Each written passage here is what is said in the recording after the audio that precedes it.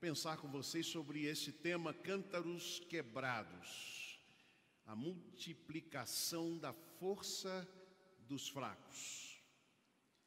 Começando a leitura do texto pelo capítulo 6, versículo 33, assim nós lemos: Então todos os midianitas, os amalequitas e os filhos do Oriente se ajuntaram e, passando o Jordão, acamparam no vale de Jezreel.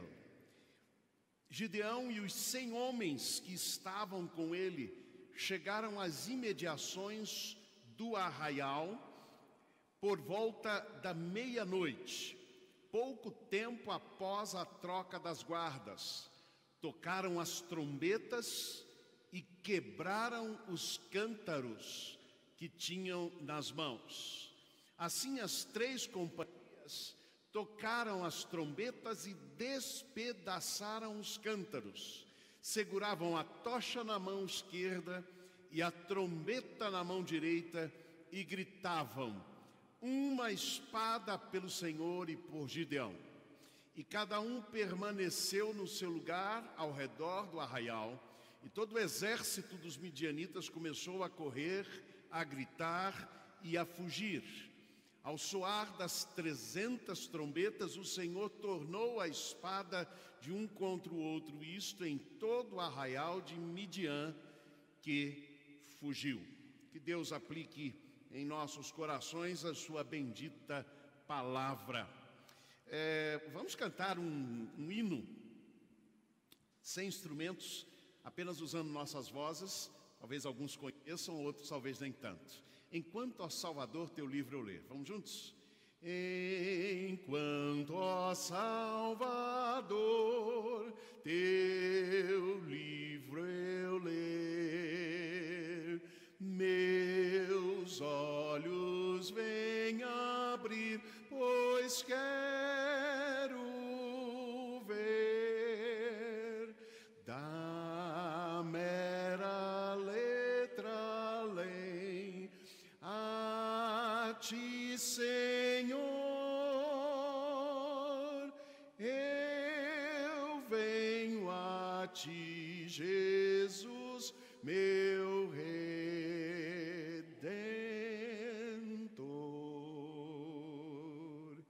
Pai, que a tua palavra fale agora ao nosso coração, as nossas necessidades, aquilo que pelo qual passamos nesta noite em nossa vida, que o Senhor possa nesta noite dar uma resposta pela tua palavra, no nome de Jesus é que oramos.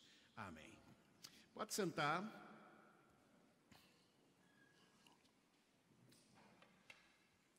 Será possível, humanamente falando, vencer um exército de 120 mil pessoas com um exército de 32 mil? Talvez fosse possível, depender das estratégias. Será possível vencer um exército de 120 mil com um exército de 10 mil? Talvez com estratégias. Mas será possível vencer um exército de 120 mil com 300 homens? A história da batalha de Israel contra os midianitas, amalequitas e os filhos do Oriente no vale de Jezreel é a história do impossível que se torna possível quando Deus vai à frente das nossas batalhas. Repito, o impossível é possível quando Deus está à frente, quando Ele vai à frente das nossas batalhas. Esta fotografia tirei do Monte Carmelo. Ali você vê o Vale de Jezreel, fica atrás. Também chamado, creio eu, erroneamente, de Vale do Armagedon. Mas Enfim, ali foi palco, portanto, desta batalha de 300 contra 120 mil, conforme o texto bíblico nos traz. Que lições nós podemos aprender desse texto? E a primeira delas que aprendo é esta: o governo do Espírito de Deus, o governo do Espírito de Deus promove o ajuntamento das forças do bem para enfrentar o ajuntamento das forças do mal. É isso que o texto narra, capítulo 6, versos 33 a 35. Então, todos os midianitas e amalequitas e os filhos do Oriente se ajuntaram e, passando o Jordão, acamparam no vale de Jezreel. Mas o Espírito do Senhor apoderou-se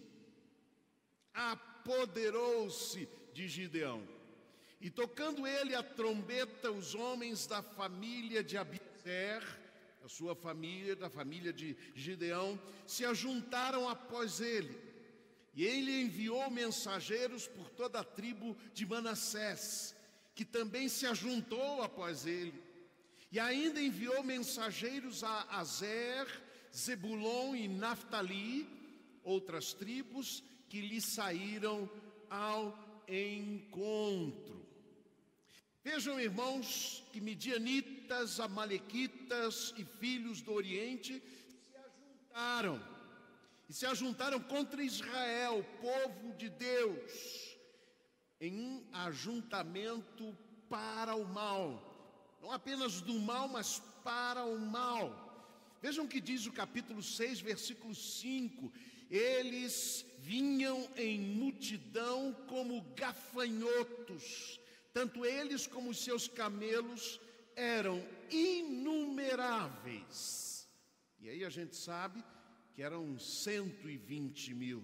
E entravam na terra para a destruir. Observem que nós podemos identificar o mal, não apenas porque se ajuntavam para lutar contra o próprio Deus, contra o povo de Deus, e portanto contra o próprio Deus, mas também que o objetivo, a meta era este: eles entravam na terra para destruir. Ora, irmãos, este era o desafio. E observem que eles se acamparam e se ajuntaram exatamente naquele lugar que lá no Apocalipse vai ser chamado de Vale do Armagedon, o Vale de Jezreel, onde se dará no final dos tempos a batalha entre os filhos da luz e os filhos das trevas, conforme a expressão ali de Apocalipse. E nós sabemos que eram do mal, porque por causa do seu propósito, como eu disse, se ajuntaram contra Deus, contra o povo de Deus para os destruir. Mas o verso 34 introduz uma adversativa diante desta ameaça. E o Espírito de Deus apoderou-se de Gideão.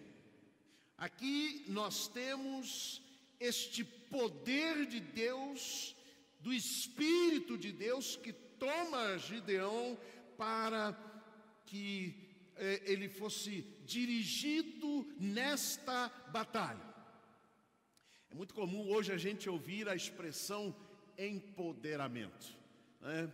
Principalmente empoderamento feminino, ou seja, a tomada de poder, de tomar a força e a solução dos seus problemas em suas próprias mãos. E aqui nós podemos pensar num empoderamento espiritual. O poder do Espírito vem sobre Gideão.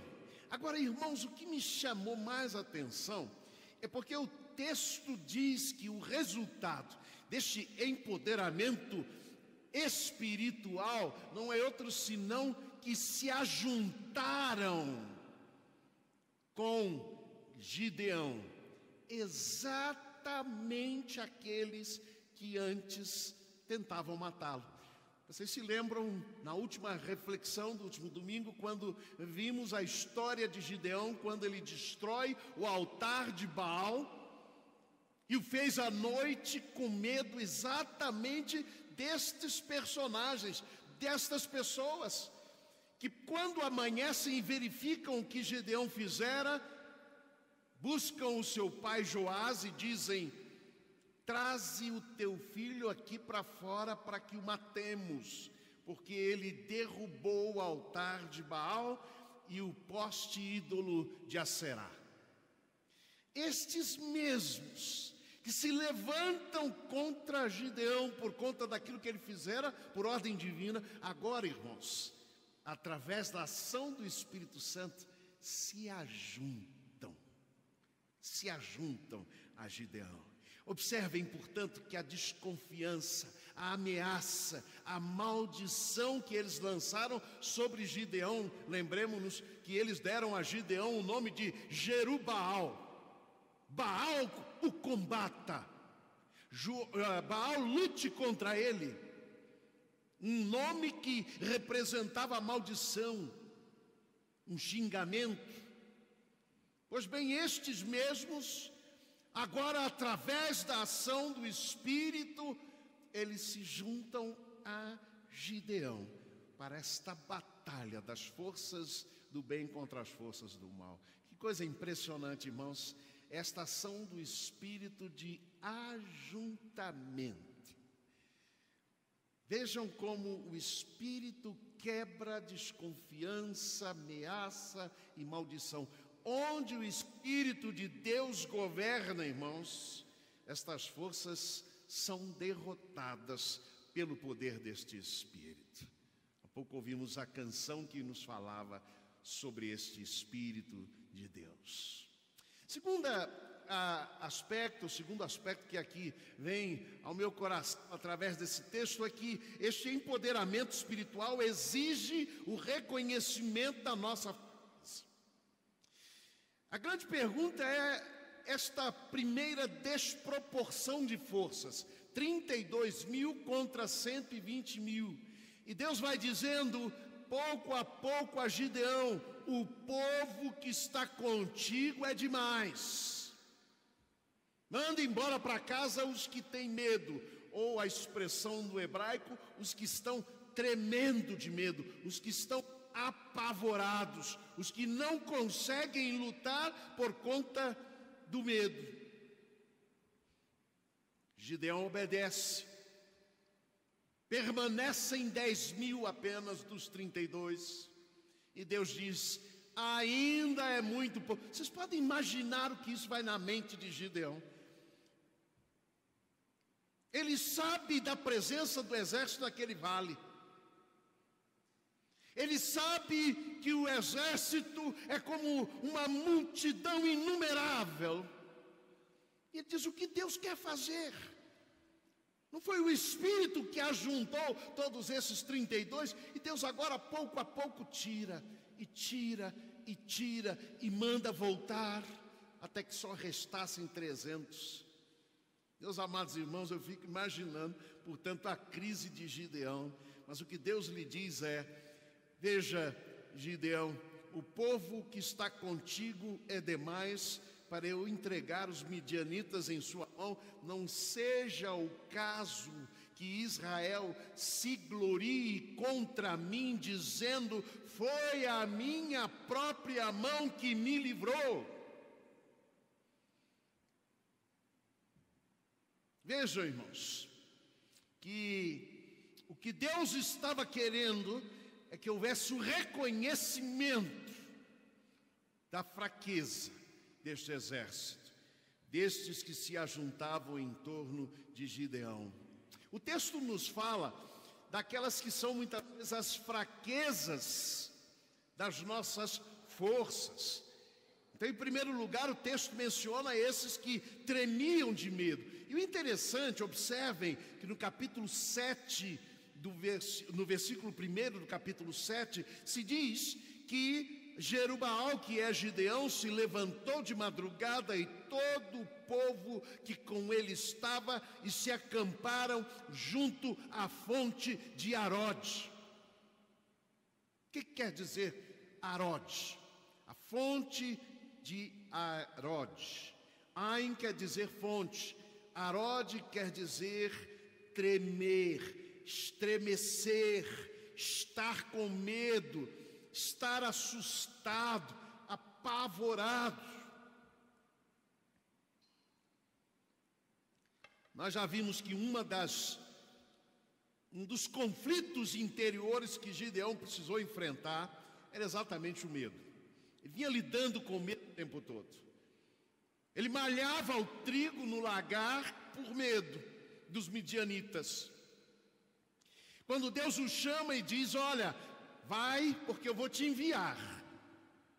Ele diz: não, a minha família é a mais pobre de todo Israel, e eu sou o menor.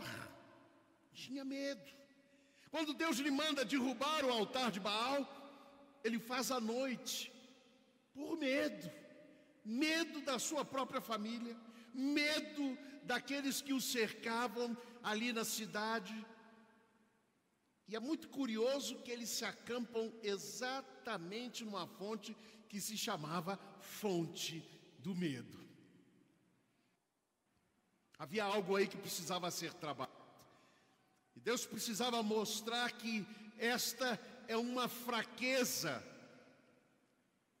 nas nossas forças, mas que na verdade nos mostra o quão frágil somos diante de ameaças de inimigos que vêm sobre nós. Como o ser humano é frágil, meus amados irmãos. A Bíblia diz: o homem não prevalecerá pela sua própria força. Mas há uma segunda fraqueza, está descrita no capítulo 7, verso 3, aliás, verso 5. Porque esta primeira diz respeito ao medo. É quando o medo é maior que a nossa confiança em Deus. E o verso 5 diz: e Gideão fez descer o povo às águas, e então o Senhor lhe disse: qualquer que lamber as águas com a língua, a esse porás de um lado, e a todo aquele que se ajoelhar para beber, porás de outro. O que isso quer dizer? Eu fiquei pensando em pedir ao pastor Fernando para me ajudar aqui, a gente a fazer uma daquelas demonstrações e ilustrações que ele costuma fazer, que são tão inspiradoras. E eu pensei, botar um pote para mostrar a diferença entre os 300 e aqueles 9.700. A diferença é simples, irmãos. Deus disse: desçam para beber. Os 300 tomavam água e levavam à boca, alertas, com a espada em punho. Mas o que é que fizeram os 9.700? Se ajoelharam para beber água. E nesse ajoelhar, irmãos, é que eles se tornaram imprevidentes. Eles se descuidaram.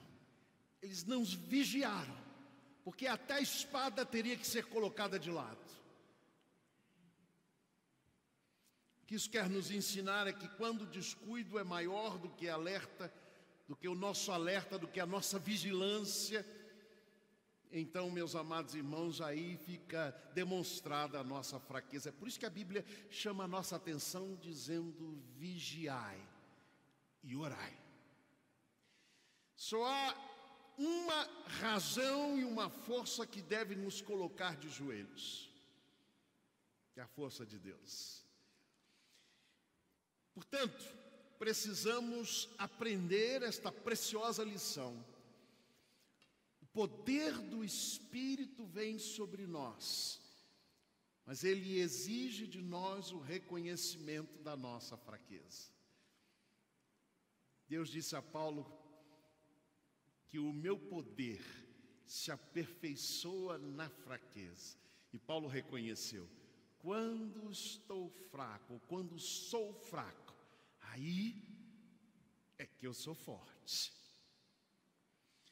Terceiro aspecto que aprendo com esse texto é que a vitória dos fracos é pela mão de Deus.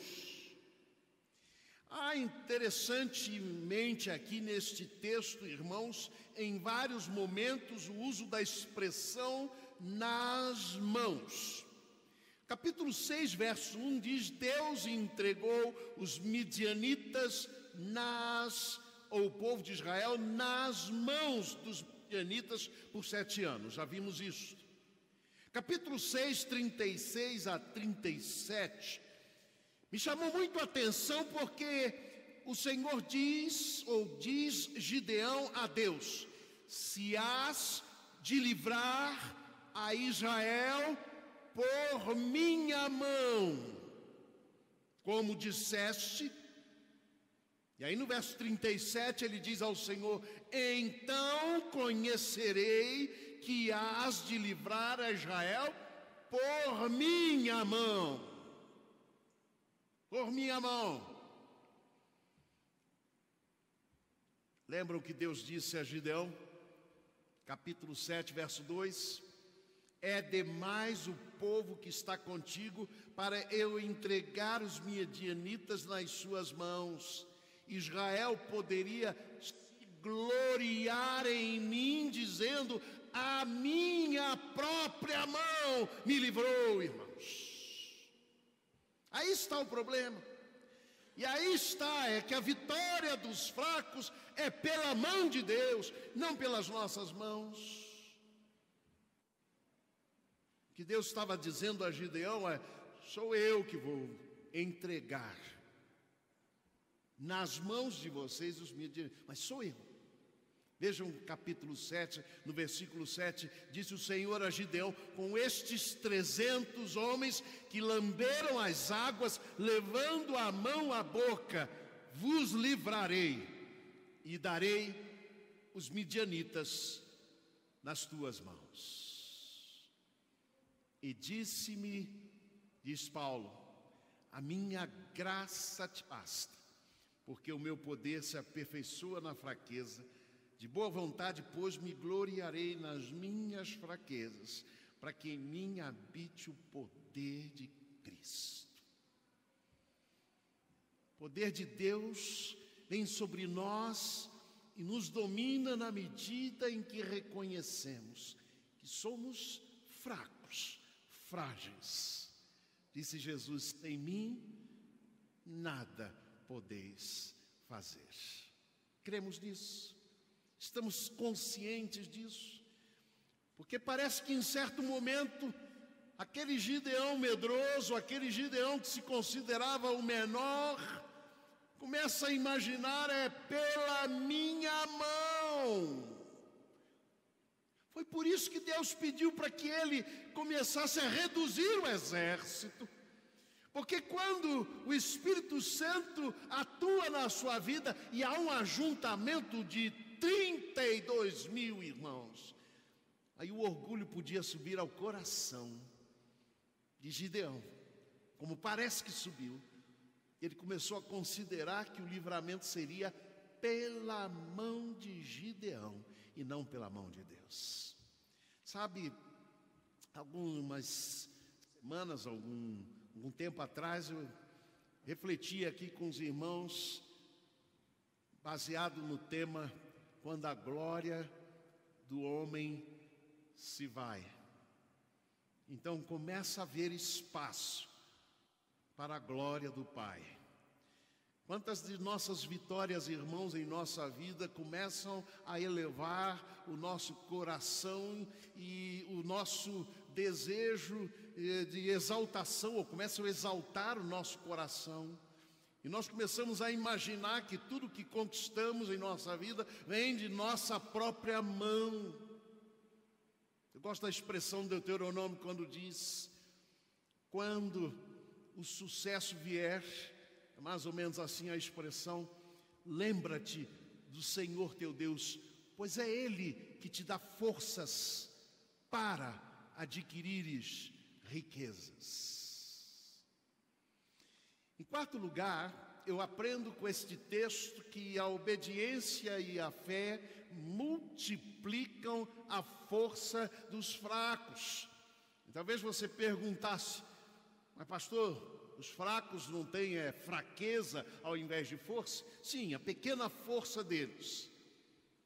A pequena força foi aqui multiplicada pela obediência e fé. Observem os versos 10 a 15. Tendo ouvido Gideão contar este sonho e o seu significado, adorou. Está lá no verso de número 15. Por quê? O que é que diz a história bíblica nesse contexto? Quando Deus prepara aquele exército, e o exército está pronto de 300 homens, Deus diz a Gideão: com estes 300 entregarei nas tuas mãos os midianitas. Mas parece que havia dúvida no coração de Gideão. Não era a sua força. Será que Deus vai realmente operar? Será que Deus realmente vai nos dar a vitória? E Deus disse: mas se não crês, então vai no arraial dos midianitas. E foi o que ele fez com um auxiliar seu. E quando ali ele chegou, ele ouviu 2 guerreiros conversando entre si sobre um sonho. E eles diziam da derrota que significava aquele sonho. Este não é outro senão a espada de Gideão contra nós. Sabe o que Gideão fez quando ouviu este sonho, irmãos? A Bíblia diz que Gideão se ajoelhou. Foi isso que ele fez. Agora se ajoelhou, não na presença da água e da necessidade, ou diante de um exército inimigo. Agora ele se ajoelhou diante daquilo que ele percebeu. Era o poder de Deus preparando a vitória para ele. O texto bíblico, na sua tradução, deve dizer apenas que ele adorou. Mas no original diz: ele se ajoelhou, ele se prostrou diante do Senhor ao ouvir aquele sonho contado. E aí o texto nos conta de estratégias que Deus deu a Gideão. Diz assim o texto: chegou, pois, Gideão e os 100 homens que com ele iam às imediações do arraial, porque ele dividiu os 300 por 3 equipes. E ao princípio da vigília média, havendo-se pouco tempo antes trocados guardas, e tocaram as trombetas, e quebraram os cântaros que traziam nas mãos. Assim tocaram as 3 companhias as trombetas, e despedaçaram os cântaros, e seguravam na mão esquerda as tochas, e na mão direita as trombetas que tocavam. Interessante isso. Preste bem atenção. Seguravam na mão esquerda as tochas, e na mão direita as trombetas. Onde é que estão as espadas? Depuseram na presença do Senhor. E aí, irmãos, o texto diz que eles exclamavam: espada pelo Senhor e por Gideão. E permaneceu cada um no seu lugar, ao redor do arraial, que todo deitou a correr e a gritar e a fugir. Ao soar das 300 trombetas, o Senhor tornou a espada de um contra o outro entre os midianitas. É por isso que eles não precisavam de espadas.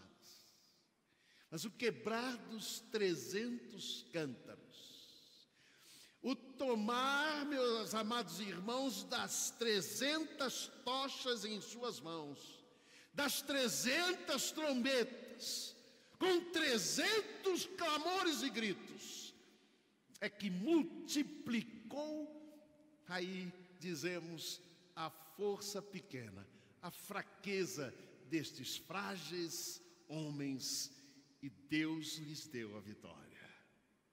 a obediência e a fé, a confiança que Deus há de cumprir aquilo que prometeu, irmãos, é que multiplica a força, a nossa pequena força, para nos dar a vitória. Sim, a história da batalha de Israel e Midianitas, e dos filhos do Oriente, no vale de Jezreel, é a história do impossível, que se torna possível quando Deus está à frente das nossas batalhas.